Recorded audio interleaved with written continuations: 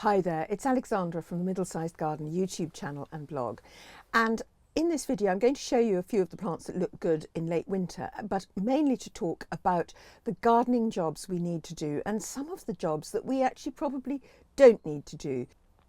I'll put links to any resources I mention in the description below, and if you're new here, the Middlesized Garden uploads weekly with tips, ideas and inspiration for your garden. So if you'd like to see the videos when you open up YouTube, tap the subscribe button. And if you'd like YouTube to tell you when a new video is uploaded, tap the notifications bell. The Middlesized Garden is in southeast England, which roughly equates to a USDA hardiness zone of 9. And that's because our winters are very mild. We rarely go below -6°C, 21 Fahrenheit, but our summers are not as hot as any USDA hardiness zone 9 summers. And this winter has been particularly mild and very damp, not so much rainy, but the soil is damp. You wake up every morning to find things just damp. The garden is a walled town garden, and it's about 100 feet long, and it's L-shaped, so it's 80 feet wide at its widest and 40 feet wide nearer the house.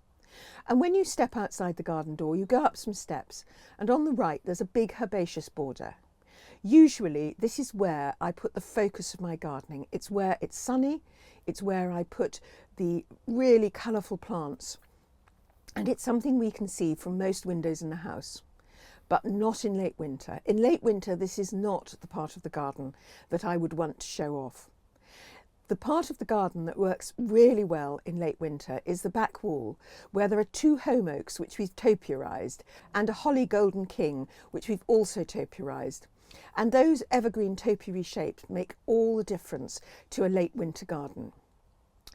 The other thing that I think work really well in the garden at the moment are the silver birches, and we've got several around the garden and have planted a few more. Their white trunks look so beautiful in winter.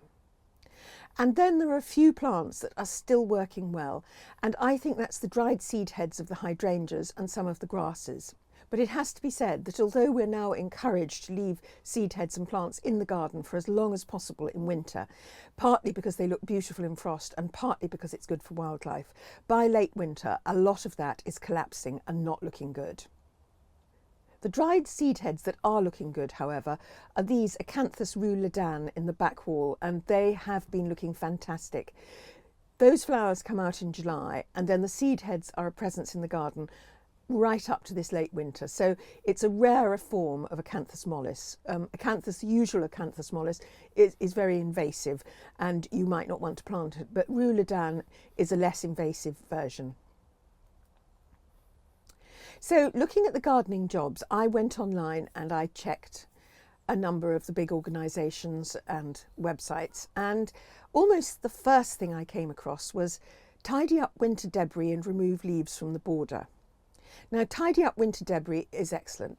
Obviously, things get blown around in the winter. But remove leaves from the border? I personally would not do this unless they were very thick evergreen leaves that were covering up something like small alpine plants. You can see this border here in late autumn when all the leaves have dropped and they're just all over the border. I have not lifted those leaves at all. Now you can see the same border 2 months later, and over half the leaves have already rotted down, restoring their nutrition to the earth. And also, while they are leaves, they're providing shelter for wee creatures, and they're probably a nice duvet to keep the roots of the perennial plants warm. So I don't see the point in removing leaves from borders, and certainly not in late winter. However, although we did clear leaves from the lawn and paths at the end of autumn, a few more have drifted down over the last couple of months, and so there are some piles on the lawn that are quite thick. Normally I would run a lawnmower over this because you take the lawn clippings and the leaves all come up, they go into the compost, it's really easy.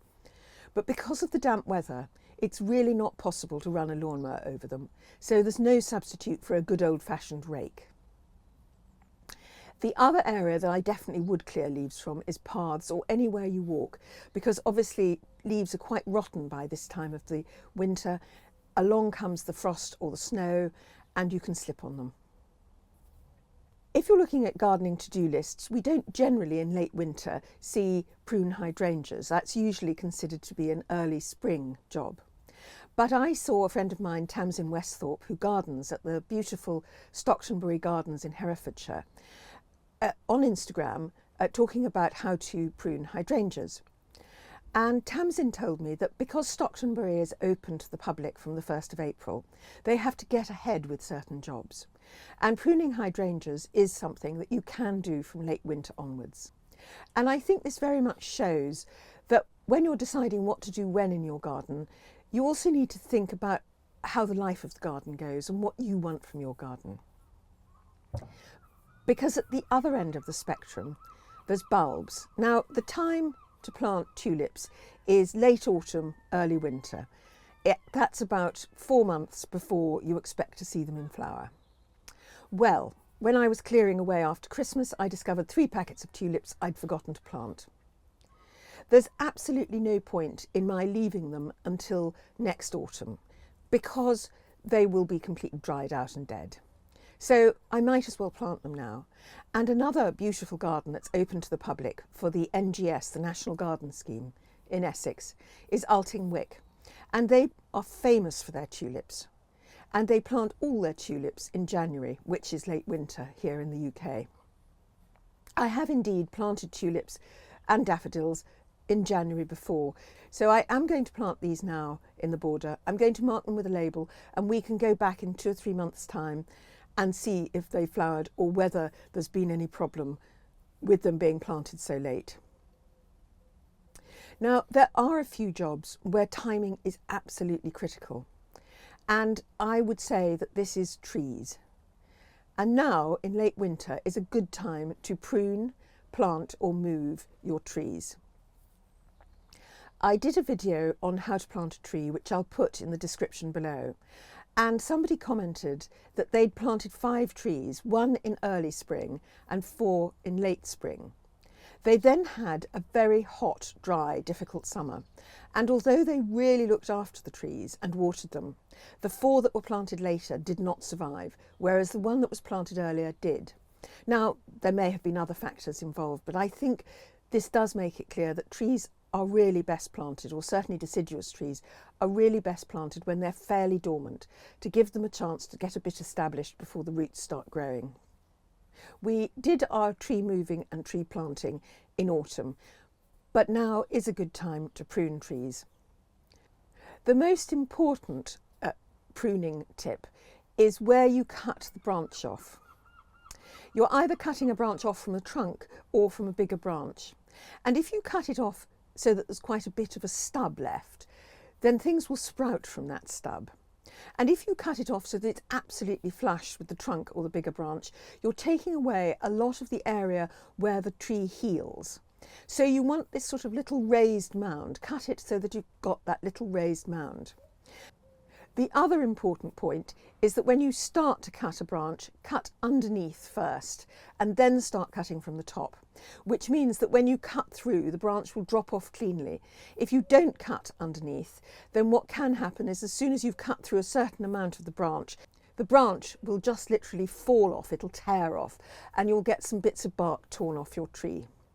We've pruned our crabapple tree at the moment, and all you need to do to that is to take off dead or crossing branches and remove any branches that are just going in a direction you don't want to go. But if you've got any larger trees, then I would really recommend getting tree surgeons or arborists in, because I've heard of more accidents involving amateurs and chainsaws and trees than anything else, not just in the gardening world, but in any world really. And in terms of finding a good tree surgeon, it's really about local knowledge. Talk to friends whose trees look beautifully shaped, find out what beautifully shaped trees look like, and question the tree surgeons quite closely. Another job that's really worthwhile doing at this time of year is weeding around newly planted trees. And actually, generally, if you're having a mild winter like we are, I think it's probably quite a good idea to get on top of the weeding. And now, what about the jobs I don't do? Well, looking at the lists that I saw online from the big horticultural associations, the one I really don't do is dig over any vacant borders and incorporate lots of well-rotted matter.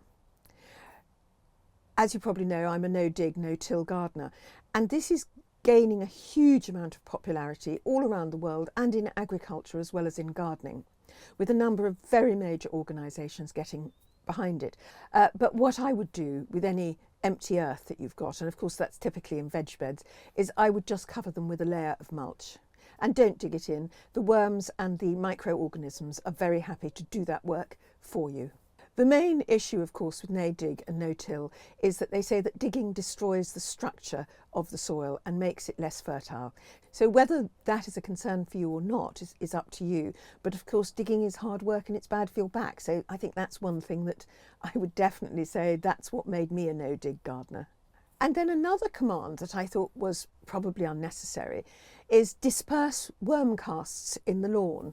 Now, worm casts, those little tiny piles of dark soil left by worms in the lawn. But worms are so important to the health and structure of your soil that really a few worm casts on a green lawn I don't think is a big problem. If you don't like it, the best thing to do is just wait until a very dry day and just sort of brush them across the lawn and they'll just disappear. But at the moment we're not really having a very dry day, so there's not much I can do about that. So are there any jobs that you think are really important to do in late winter, or maybe that you've been doing and you think aren't necessary? Let me know in the comments below, and thank you for watching. Goodbye.